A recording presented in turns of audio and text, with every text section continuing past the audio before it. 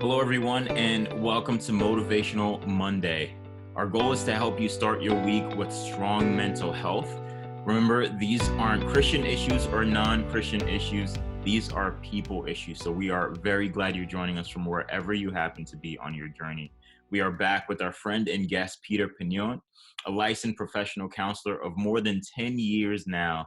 Peter, and he loves Jesus and he loves helping people. Welcome back to the show. Thank you so much for having me. And once it was a big deal, but asking me back, man, that's you know what you're getting, and so it means a lot to me. Oh, I'm thrilled to have you.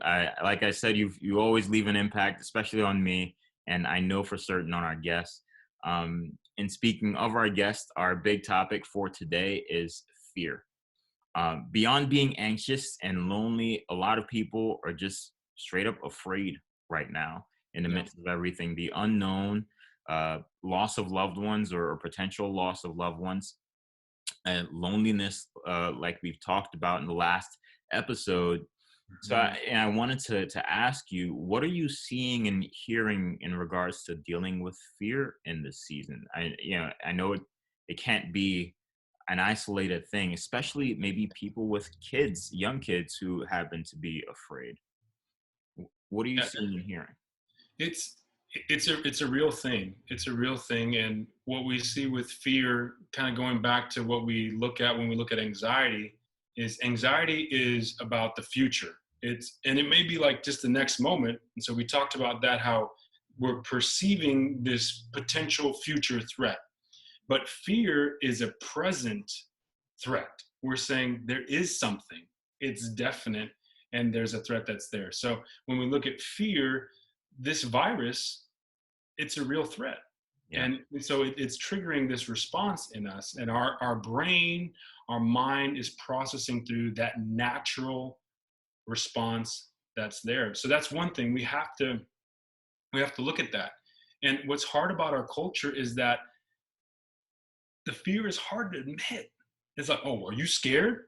Why are you scared? Oh, it's not that big of a deal. So you have this broad range of like, you shouldn't be scared, mhm, but yet you feel scared. So how do we navigate that? A lot of us are just having to admit that we are scared. This has rocked so many of us in ways that I don't think any of us thought we could be rocked in that way. yeah, Um, but since the threat is real, what we're experiencing is that this is a present fear. It's not like after this is all over, because this will end at some point. After amen. this is all over, we might have an anxiety of like, okay, when's the next virus going to hit? Yeah, That's anxiety. But right now, we're in the midst of it. And so it's like there's a real snake, there's a real tiger, there's a real something out there, yeah, and that's what we're seeing now. That's very different from before. We don't know when it is, and so like I mentioned snakes on purpose, Pastor Paul, because that is one of my fears is snakes. yeah. And so one time just right down the Share way, that. I was riding my bike, and there was this snake that was like right all of a sudden I just see the snake pop up, and it's one of those that like gets up Oh, and he's moving like, oh man, I'm getting chills just thinking about it. And I see this snake, and man, I book it. I'm going as fast as I can away, and I go to this jogger, this woman's jogging, and I said, ma'am, you got to be careful. There's a snake over there. And she looks at me and goes, thanks for letting me know. And she keeps on going. And I said, it's big. She says, well, I'll just go around it. And I'm thinking, that it's so different than that. Of yeah, like, I got to drive away from it. She's going to it, and she's going to go around it.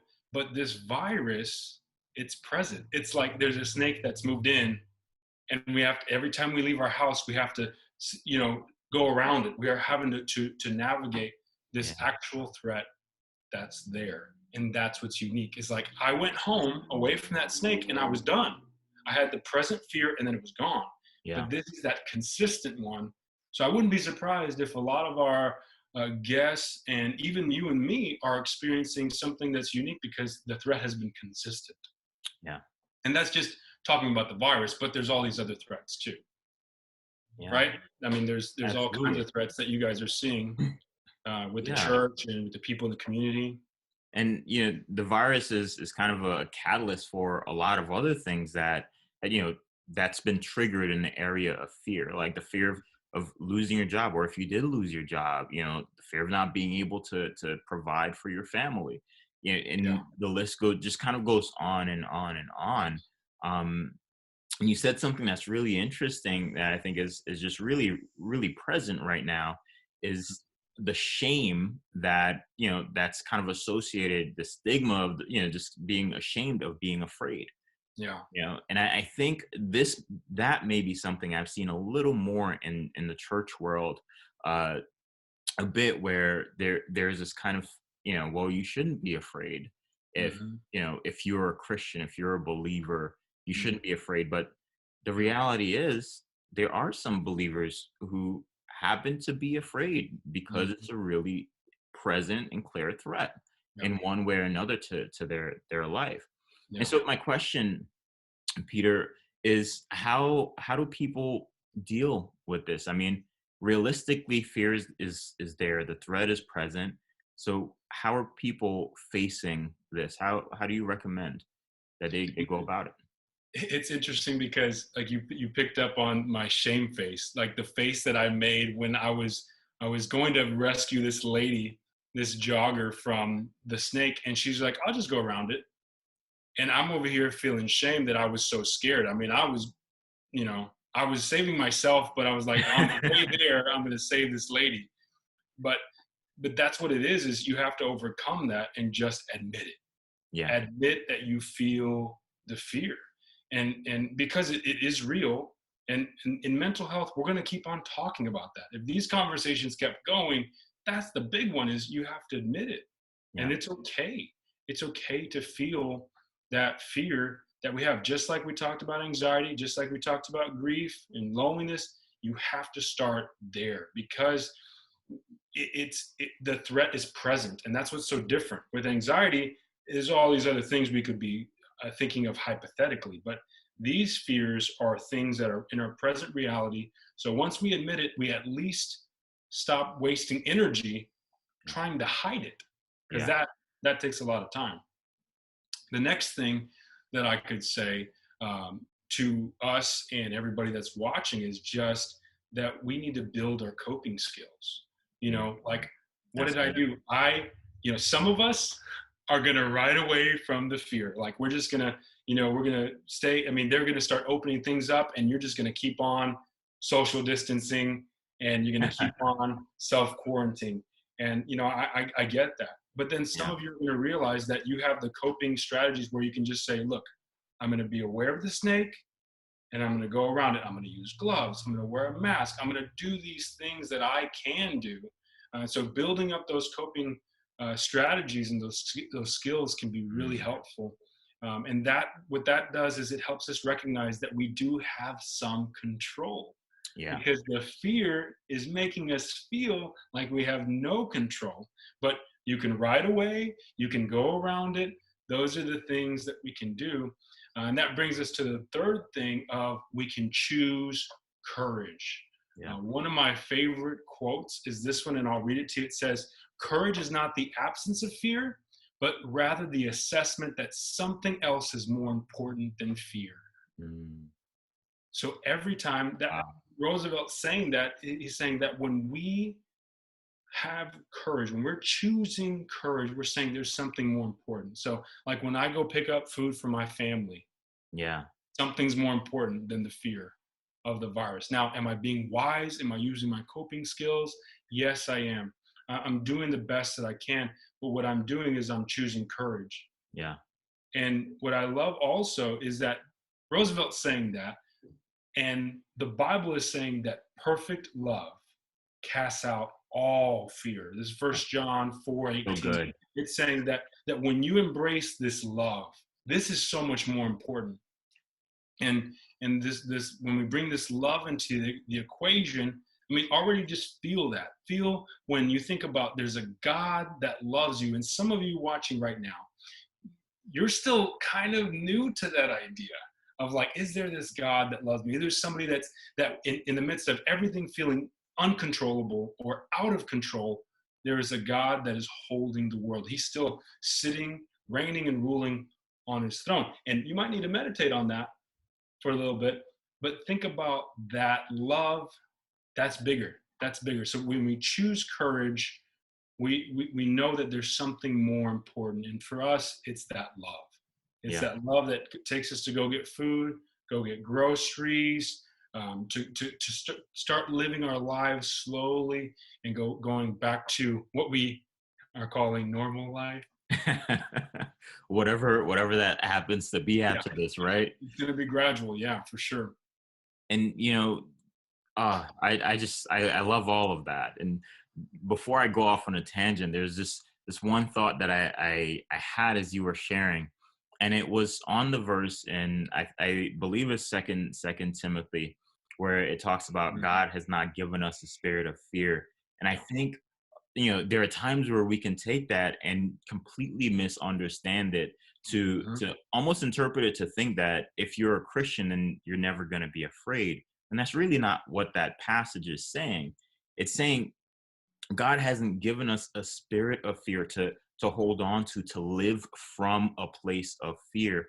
Mhm. However, he did create us with emotions, because emotions help us navigate life, right? To Mhm. identify healthy and unhealthy, and have a healthy, wholesome life. Yeah. Emotions help us to do that, and fear Mhm. is a part of, or one of those emotions that help us to do that, and helps to keep us alive, quite Yeah, frankly. for You sure. know. However, the love that you mentioned, oh man, I just love that, because that's how we get out of living from that place of fear. Like, we can feel fear and choose courageously not to live from that place of fear, which Yeah. is so powerful as a result, of course, of just the love of God. Dude, Mhm. that's so good. So good.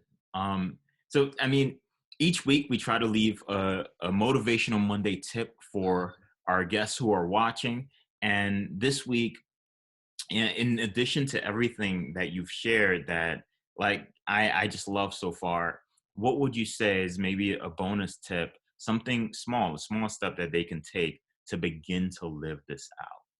Yeah, it's a good one. And I think that it's exactly that you need to face your fear little by little. Mm, You yeah. got to you got to take small steps. So wherever you've been living now, whether it's just been going out and getting food and coming back, whatever it is, you have to start slowly. We this was all of a sudden and it was gradual. I don't know, they rolled it out here in Texas very gradually. So you have to let yourself, face it a little bit by little. And in counseling, no matter what the phobia is, no matter what the issue is, we design a plan to go little by little. Yeah. We talk about we need to go face this, and it's almost like you want to go right up to the snake and stare it in the face and say, "I'm not afraid." That's not necessarily what we're trying to do, but you face it little by little, and what that helps us to do is to use wisdom. Yeah. So we're using these other things that we talked about. We're admitting it to ourselves. We're building up our coping skills. We're choosing courage, and then we're facing it one step at a time. Maybe, now you go sit in a restaurant and you make sure that the only table is, it's over there in the corner. And what that helps us to do is it helps us to live this out and to still have faith, to still have hope, to still have love, but yet we're not overwhelming ourselves because, Yeah. again, the threat is real. Yeah. It is real. So we're validating that and then we're taking these steps there. So good. Thank you so much for that, Peter. And I think that's it for today, everyone. I hope you've been blessed by this so far. Thanks so much for watching Motivational Monday. I hope that this gives you all that you need to start your week off with strong mental health. If you found this episode helpful, be sure to like and subscribe. And if you found it really helpful, share it with a friend. God bless you. Until next time.